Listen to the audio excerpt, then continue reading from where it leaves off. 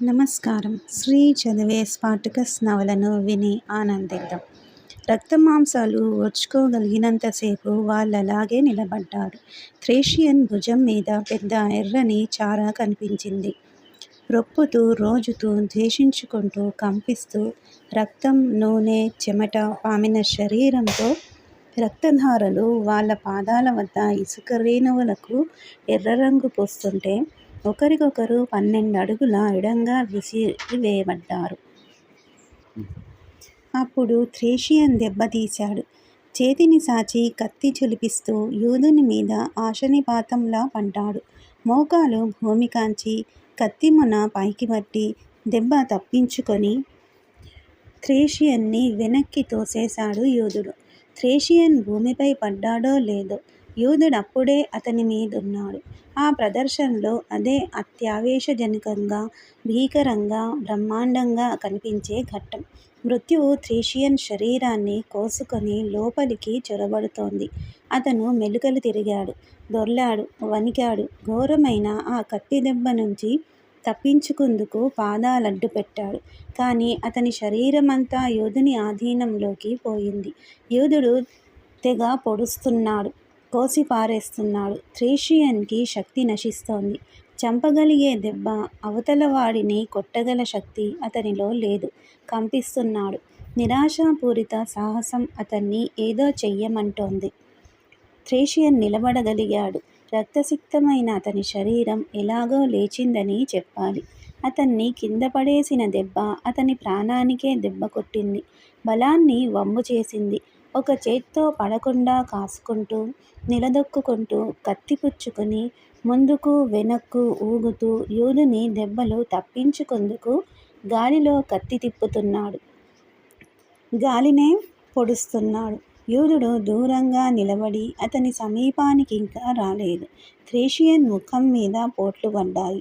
మోకాలి నరాలు తెగి, చేతులు తెగి, కాళ్ళు తెగి, శరీరమంతా తెగి, తన ప్రాణప్రదమైన రక్తం పాదాల కింద ఇసుకలోనికి ప్రవహించి ఇంకుతోంది. అయినా చావు బతుకుల నాటకంలో అద్భుతమైన చరమాంకం సమాప్తం కాలేదు. అప్పటి వరకు పరవశత్వపు మైకంలో పడ్డారు ప్రేక్షకులు.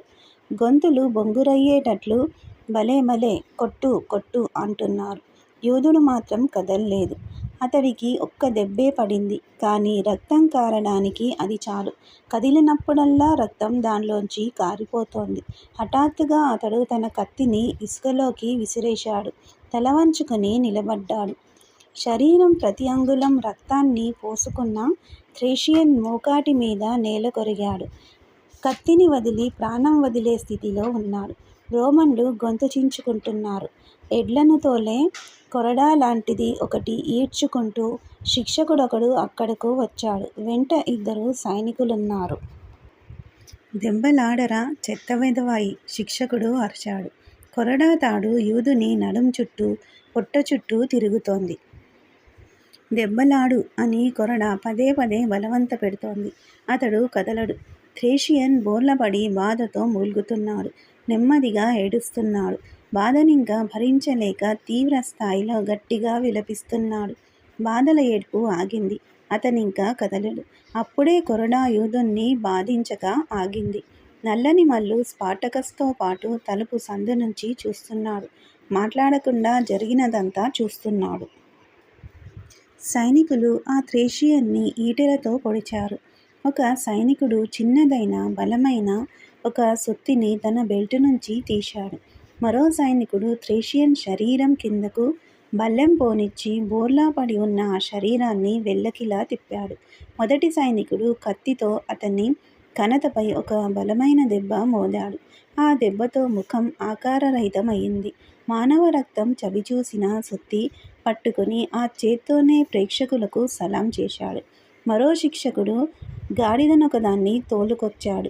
చచ్చిన థ్రేషియన్ కాళ్లకు గాడిదకున్న గొలుసు కట్టారు. ఈటెలు తిరగవేసి సైనికుల గాడిదను బాదారు. రక్తపూరితమైన తల పగిలిన ఆ థ్రేషియన్ శరీరాన్ని లాక్కుపోతోందా గాడిద.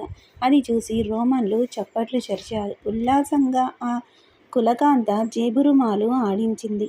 రక్తం పడ్డ ఇసుక మీద నుంచి ఇసుక అద్దారు, శుభ్రపరిచారు. మరో జంట పోరాడే ముందు నాట్యం, సంగీతం ప్రారంభమయ్యాయి. గాబరాగా బేటియాటస్ మండపం దగ్గరకు వెళ్ళాడు. అంత డబ్బు చెల్లించిన వాళ్ళ మనసు తీరేలా యూదుడు దెబ్బలాడలేదేమో! ఏ మెడనరమో చేతినరమో కోసి పోరాటపు తుది ఘడియలకు ఎర్రని రక్తపు రంగు వెయ్యలేదేమో! వాళ్ళేమనుకుంటున్నారో తెలుసుకునేందుకు వాళ్ళ వద్దకు బయలుదేరాడు. ఒక చేత్తో మధుపాత్ర పట్టుకున్న బ్రాకస్, మాంచి ఉల్లాసభరితంగా ఉంది, మనసు తీరింది అన్నాడు. ఆ యూదుణ్ణి ఇక్కడకు పంపు, ఇక అతడికి శిక్షించకండి. ఇక్కడికే? లూషియస్ ఏదో అనబోయాడు. అవును, ఇక్కడికే. వాణ్ణి వళ్ళు కడుక్కోవద్దని చెప్పండి. పోట్లాడేటప్పుడెలాగున్నాడో అలాగే పంపించండి. బేటియాటస్ ఆ పనికై బయలుదేరినప్పుడు బ్రాకస్ ఏదో చెప్పుకుపోతున్నాడు. ఎంత నిరర్ధకంగా మాట్లాడినా రసజ్ఞులకు సాధారణంగా కొంత మినహాయింపు ఉంటుంది. తను చూసిన దానిలోని గొప్పతనం, నేర్పు, విశేష చాకచక్యం, ఆ నైపుణ్యం, వీటన్నిటి గురించి వివరించుకుపోతున్న బ్రాకస్కు కూడా అంత మినహాయింపు ఇవ్వాలి. 100 ప్రదర్శనల్లో ఏ ఒక్కటి ఇలా ఉన్నా అదృష్టమే. క్షణకాలపు ప్రతిభ ఒక గంటసేపు కత్తిసాము కన్నా ఎన్నో రెట్లు నయం. పేరుపడ్డ పోరాటం అంటే ఇదే. పోరాటంలోనూ ఎవడో ఒకడు సఫా అయ్యేదాకా జరిగే పోరాటం. యూదుణ్ణి చూసి అతనే తనకన్నా బలవంతుడని, తానతడిని సమవుజ్జీ కాదని థ్రేషియన్ తెలుసుకున్నాడు. కానీ మొదట రక్తాన్ని కళ్ళచూసింది వాడేగా! లూషియస్ వ్యతిరేకత చూపాడు. అబ్బే, దాన్లో ఏముంది బొంద! వాళ్ళిద్దరూ ఇదివరకెప్పుడూ ఒకరితో ఒకరు దెబ్బలాడి నట్లు కనబడదు. అలా చేస్తే ఒకళ్ళ సంగతి ఒకళ్ళకు తెలుస్తుంది. ఒకడి లోటుపాట్లు ఒకడికి తెలుస్తాయి. దాంతో కత్తిసాము మొదలెట్టుదురు. దానికి నైపుణ్యం, సహనం కావాలనుకోండి. వాళ్ళ దగ్గరగా వచ్చి పెనవేసుకుపోయి ఒకరినొకరు లంకెవేసుకున్నట్లు నిలబడ్డారు చూశారు. అప్పుడు యూదుడు విడివడి థ్రేషియన్ భుజం మీద ఒక వేటు వేశాడు. ఆ దెబ్బే కుడిచేతికి తగిలితే అక్కడితో ఆఖరైపోను. థ్రేషియన్కు మాత్రం తెలుసు, తనకన్నా యూదుడే బలవంతుడని. అందుకే కావా తిప్పడం మొదలెట్టాడు. 199 మంది మల్లులు అటువంటిదే జరగకుండా చూస్తారు. ఒకళ్ళనొకళ్ళు పట్టుకుని దగ్గరగా పెనవేసుకు నిలబడ్డమే నయం. ఒక మనిషి శక్తినంతా ఉపయోగించి అటువంటి కత్తితో ఒక పోటు పొడవడం అంటే ఏమిటో తెలుసా? నేను యూదుణ్ణి ఎందుకు రప్పిస్తున్నానో చూపిస్తా. అతడు మాట్లాడుతుండగానే యూదుడు వారిని సమీపిస్తున్నాడు. ఇంకా నగ్నంగానే ఉన్నాడు. రక్తం, చెమట వాసన కొడుతూ ఉండే క్రూరమైన, భయావహమైన నరరూప రాక్షసుని చిత్రంలా వాళ్ళ ఎదుట నిలబడ్డాడు యూదుడు. వంచిన తల ఎత్తలేదు. అతని కండలు ఇంకా కంపిస్తూనే ఉన్నాయి. వంగవోయ్! బ్రాకస్ ఆజ్ఞాపించాడు. యూదుడు కదల్లేదు. వంగు! బేటియాటస్ అరిచాడు. ఇద్దరు శిక్షకులు యూదుణ్ణి పట్టుకుని వాళ్ళ ముందు పడేలా బలవంతంగా నెట్టారు. బ్రాకస్ అతని వీపు చూపిస్తూ కొత్త విషయాన్ని కనిపెట్టినవాడిలా చెప్పాడు. అదుగో, అదుగో అక్కడ చూడండి. కొరడా దెబ్బలు కాదు. స్త్రీ తన గోళ్లతో గీస్తే ఎలాగుంటుందో అలాగే అతని చర్మం మీద నాటుపడింది చూడండి. కింద నుంచి మీద పడుతున్న థ్రేషియన్ని కొయ్యడానికి వీడు ప్రయత్నించినప్పుడు వాడా దెబ్బ కొట్టాడు. వాణ్ణి పంపించేయండి. బ్రాకస్ బేటియాటస్ వైపు తిరిగి అన్నాడు. వాణ్ణి ఇక బాధకండి. మీకతని వల్ల డబ్బు రాకపోతే నాతో చెప్పండి. అతనికి పేరు తెప్పిస్తా నేను. ఓయి మల్లుడా, ఈ ద్రాక్షాసారా నీ గౌరవార్థం అని మధుపాత్ర ఖాళీ చేశాడు. తలవాల్చుకుని అలాగే మౌనంగా నిలబడ్డాడు యూదుడు. రాళ్ళు కూడా ఏడుస్తాయి. ఆఫ్రికా వాడు చెబుతున్నాడు. ఈ ఇసుక కూడా బాధతో మూలుగుతుంది, ఏడుస్తుంది. కానీ మనం బాధపడం. మనం మల్లులం అన్నాడు స్పార్టకస్. నీకున్నది కటికరాతి బండ గుండె కాదు కదా! నేనొక బానిసను. బానిసకు రాతిగుండె ఉండాలి, లేదా అసలు ఉండకూడదు. నీకు జ్ఞాపకముంచుకునేందుకు కొన్నైనా మంచి విషయాలు ఉన్నాయి. కానీ నేనొక కోరును. జ్ఞాపకముంచుకునేందుకు మంచి విషయమే అనేది లేదు. అందుకేనా నా బాధ చూసినా నీలో చలనం కలగదు? అది నాలో చలనం కలిగించేందుకు సహాయపడదు. ఆసక్తి లేనివాడిలా జవాబిచ్చాడు స్పార్టకస్. స్పార్టకస్, నాకు నువ్వేం అర్థం కావడం లేదు. నువ్వు తెల్లవాడివి, నేను నల్లవాడిని. మన మధ్య ఈ తేడా ఉంది. నా దేశంలో ఎవడి హృదయమైనా విచారంతో నిండితే వాడేడుస్తాడు. కానీ మీ థ్రేషియన్లలో కన్నీరే కనబడదు. నా వైపు చూడు, నీకేం కనిపిస్తుంది? ఒక మనిషి ఏడవడం కనిపిస్తోంది, స్పార్టకస్ అన్నాడు. ఏడుస్తున్నందుకు నేనేమైనా మగతనం తక్కువైన వాడ్నా? స్పార్టకస్, నే చెబుతున్నా, నీతో నేను పోట్లాడను. మనం దెబ్బలాడకపోతే ఇద్దరమూ చస్తాం. స్పార్టకస్ నిశ్చలంగా సమాధానం ఇచ్చాడు. అయితే నన్ను చంపేయి నేస్తం, బతకలేక చచ్చాను, ఇక నన్ను చంపేయి. బతకడం అంటే నాకు మహా చిరాకు. ఏయ్, అక్కడ గొడవ చేయకండి, షెడ్ గోడ మీద కొట్టారు సైనికులు. నల్లవాడు తన పెద్ద పిడికిలి బిగించి ఆ గోడ మీద బాదాడు. దాంతో షెడ్ కదిలింది. బాదడం మానేసి బెంచ్ మీద చేతుల్లో ముఖం ఆంచి కూర్చున్నాడు. స్పార్టకస్ అతని దగ్గరకు వెళ్ళి అతని తల ఎత్తి నుదుటి మీద స్వేదబిందువులను లాలనగా తుడిచాడు. మల్లుడా, మల్లుల సహవాసం మాను. స్పార్టకస్, ఎందుకయ్యా? మానవుడు పుట్టింది బాధతో, ఆవెనతో గొనిగాడు. బతకడానికి. అదేనా సమాధానమంతా? అదొక్కటే సమాధానం. నీ సమాధానం నాకర్థమవలేదు థ్రేషియన్. ఎందుకవలా నేస్తం? ఇంచుమించు బతిమాలుకున్నట్లు అడిగాడు స్పార్టకస్. పసిపాపలకు తెలిసే ఈ సమాధానం తల్లి కడుపులోంచి బయటపడగానే అదేగా అతి సామాన్యమైన, అతి సహజమైన సమాధానం. నాకది సమాధానం కానే కాదు. నన్ను ప్రేమించిన వాళ్ళ కోసం నా హృదయం బద్దలవుతుంది, రగిలిపోతోంది. ఇతరులు నిన్ను ప్రేమిస్తారు. ఇక వద్దు, ఇంకొద్దు అన్నాడు నల్ల మల్లుడు.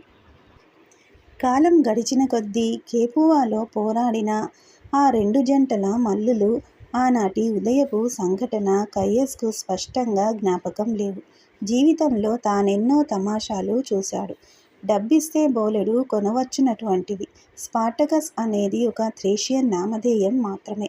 థ్రేషియన్ల పేర్లన్నీ ఒకలాగే ఉంటాయని రోమన్లు అనుకునేవారు. గేనికస్, స్పార్టకస్, మేనికస్, ప్లూరకస్, లియకస్. ఈ కథ చెప్పేటప్పుడు యూదుణ్ణి కూడా థ్రేషియన్ కింద జమకట్టి చెప్పుకుపోయాడు కయస్. ప్రజలు ఈ మల్లయుద్ధాల గురించి కథలుగా చెప్పుకునేవాళ్ళు. మత్తు పదార్థం అలవాటు చేసుకున్నట్లే ఈ ప్రదర్శనలకు కూడా అలవాటు పడ్డారు.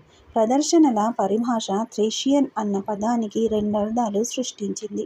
బాల్కన్ ప్రాంతానికి దక్షిణంగా ఇటలీ వరకు నివసించే నానా రకాల జాతుల ప్రజలు, బాల్కన్ ప్రాంతానికి తూర్పుగా వ్యాపించిన ప్రదేశమంతటా నల్ల సముద్రం వరకు నివసించే జాతుల వాళ్ళనందరినీ థ్రేషియన్లనే పిలిచేవారు. మెసిడోనియా సమీపాన ఉన్న ప్రజలు గ్రీకు భాష మాట్లాడతారు. వంపు తిరిగిన చిన్న కత్తిని ఈ జాతుల వాళ్ళంతా సాధారణంగా ఉపయోగించే ఆయుధం. కానట్లే థ్రేషియన్లకు గ్రీకు మాతృభాష కానే కాదు. అదలా ఉండగా రోమ్లో క్రీడల పరిభాషలో, రంగస్థల పదజాలంలో థ్రేషియన్ అంటే సికా అనే చిన్న కత్తితో పోట్లాడేవాడని అర్థం. అందువల్లనే యూదుడు కూడా థ్రేషియనే. ఒక జంట యుద్ధం చేయడం చూశాడు కయస్. మరో జంట ప్రారంభించబోతోంది. వాళ్ళిద్దరూ బోనులోంచి బయటకు వచ్చిన పెద్ద పులుల్లా బయటకు రావడం, నీడను దాటి వెలుతురులోకి రావడం, సూర్యకాంతిలో రక్తపు మరకలు పడ్డ ఇసుకలో నిలబడడం అన్నీ జ్ఞాపకమున్నాయి. నిర్ణీత ప్రదేశంలో మల్లులిద్దరూ ఆగారు. తమ రక్తమాంసాలనుకున్న రోమన్లకి ఇక్కడే గౌరవాభివందనం అర్పించాలి. జీవితం నిరర్థకం చేయబడ్డ క్షణం ఇదే. మానవుని అంతస్తును, హోదాను, సిగ్గును, అభిమానాన్ని, జీవితపు అర్థాన్ని, పరమార్థాన్ని మార్చివేసే క్షణం ఇదే. ఆఫ్రికా వాడితో పోల్చి చూస్తే మహారాక్షసుని ముందు నిలబడ్డ మరుగుజ్జులా కనిపించాడు థ్రేషియన్. ఈ సందర్భంలో బ్రాకస్ ఏదో అన్నాడు. అతనన్నది ఏదో తను మర్చిపోయాడు. వాటికి ఇంత పెద్ద విలువ లేదు. అందుకే కాలప్రవాహం ఆ మాటలను కడిగి పారేసింది. శరీరంలోని అణువణువు చీల్చి చెండాడుకునే నృత్య ప్రదర్శన కయస్ కోసం ఏర్పాటు చేయించాడు బ్రాకస్. ఇది ఒక గమ్మత్తైన తమాషా అనుకున్నాడు కయస్. మల్లులిద్దరూ వందన సమర్పణ చేశారు. సారా సేవిస్తున్న రోమన్లు ఏవేవో తింటూ కూర్చున్నారు. అప్పుడొకడు ఆయుధాలు తీసుకువచ్చాడు. స్పార్టకస్కు ఒక కత్తి, నల్లవాడికి పొడుగాటి బలమైన బరువైన త్రిశూలం, ఒక చేపల వల. లజ్జాభిమానాలతో, అవమానంతో వాళ్ళిద్దరూ హాస్యగాళ్ళలా కనబడ్డారు. ఆ మండపపు నీడలో ద్రాక్షాసార సేవిస్తూ, తీపి వస్తువులు చప్పరిస్తూ రోమన్లు తమాషా చూసి ఆనందించడం కోసం ప్రపంచాన్నంతటినీ బానిసత్వంలో ముంచారు. ఇద్దరూ ఆయుధధారణ చేశారు. అప్పుడు ఆఫ్రికా మల్లుడికి పిచ్చెత్తినట్లనిపించింది కయస్కు. కానీ ఆ ఆఫ్రికా వాడి మాతృభూమికి వెళ్ళి అతడి పూర్వపు జీవితం చూస్తే కయస్ గానీ, బ్రాకస్ గానీ, లూషియస్ కానీ అతనికి పిచ్చెక్కిందనుకోరు. రోమన్ సైనికులు అతని దేశాన్నాక్రమించుకుని రోమను బానిస వర్తకులక్కడి మానవ జీవిత ఫలసాయాన్ని నేర్పుతో బంగారంగా మార్చక పూర్వం ఒక నదీ తీరాన అతనికో ఇల్లుండేది. భార్యా పిల్లలుండేవారని, సేద్యం చేసి స్వచ్ఛంద జీవితం గడిపేవాడని వీళ్ళెప్పుడూ ఊహించుకోలేరు. అందుకే ఆఫ్రికా వాడికి పిచ్చెత్తిందని వాళ్ళనుకున్నారు. అతడు వల దూరంగా పారేసి దిక్కులు పిక్కటిల్లేలా యుద్ధనినాదం చేయడం చూశారు. పెద్దగా బొబ్బలు పెడ్తూ రోమన్లు మండపం వైపు పరుగెత్తుకు వస్తున్నాడు. దూసిన కత్తి పుచ్చుకొని. అతన్ని ఆపడానికి శిక్షకుడొకడు వచ్చాడు. తన శూలంతో శిక్షకుణ్ణి గుచ్చి గాలిలోకి ఎగురవేశాడు. బాధతో అరుస్తూ శిక్షకుడు భూమ్మీద వాలాడు. 6 అడుగుల ఎత్తునున్న కంచె దోవకడ్డుగా నిలిచింది. కాగితం ముక్కను చింపిపారేసినట్లు కంచెను లాగిపారేశాడు. ఉద్వేగంతో, ప్రచండ శక్తితో అతని రూపమే మారింది. అతని శరీరం మహోదగ్ర భయంకర ఆయుధమైనది. మండపం అతని ధ్యేయం. అటు పరుగెత్తుతున్నాడు. గోదా నలుమూలల నుంచి సైనికులు పరుగెత్తుకొస్తున్నారు. ఒక సైనికుడు కాలు ఎడంగా పెట్టి ఎడమ చేతిని ముందుకు సాచి కుడిచేత్తో బలమైన బల్లాన్ని విసిరాడు. రోమన్ ఈటెను ఎదిర్చి ఓర్చగలది ఏదీ లేదు. ఈ ప్రపంచంలో అది ఎన్నో సైన్యాలను నాశనం చేసింది. కానీ ఆఫ్రికా మల్లుని అది నాశనం చెయ్యలేదు. వీపున గుచ్చుకున్న ఆ బల్లెం ఛాతీని దూసుకు పైకి కనబడుతున్నా అతని ప్రయత్నాన్ని మాత్రం అది ఆపలేకపోయింది. బల్లెం గుచ్చుకున్న శరీరంతో తాడిత భుజంగంలా, సుడిగాలిలా శీఘ్రంగా రోమన్లున్న మండపం వైపు పోతున్నాడు.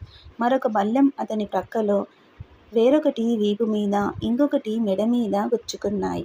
ఆఖరి దాంతో అతని పని ముగిసింది. కానీ అతడు సాచిన చేతి నుండి త్రిశూలం ప్రచండ వేగంతో మండప స్తంభాన్ని తాకింది. భయకంపితులై రోమన్లు హడలెత్తారు. పడ్డచోట రక్తం కాలువలు కడుతోంది. ఆ మల్లుడు ప్రాణం వదిలాడు. ఇంత జరుగుతున్నా స్పార్టకస్ మాత్రం కదలకుండా, మెదలకుండా నిలబడ్డ చోటనే మిగిలిపోయాడు. ఏమాత్రం కదిలినా అతడూ ఖతమైపోయేవాడు. కత్తిని ఇసుకలోనికి గిరాటు వేసి నిలబడ్డాడతడు. జీవించడమే జీవితానికి సమాధానం. శ్రీ ఛానల్ ఆడియో నవలను వింటున్నందుకు ధన్యవాదములు.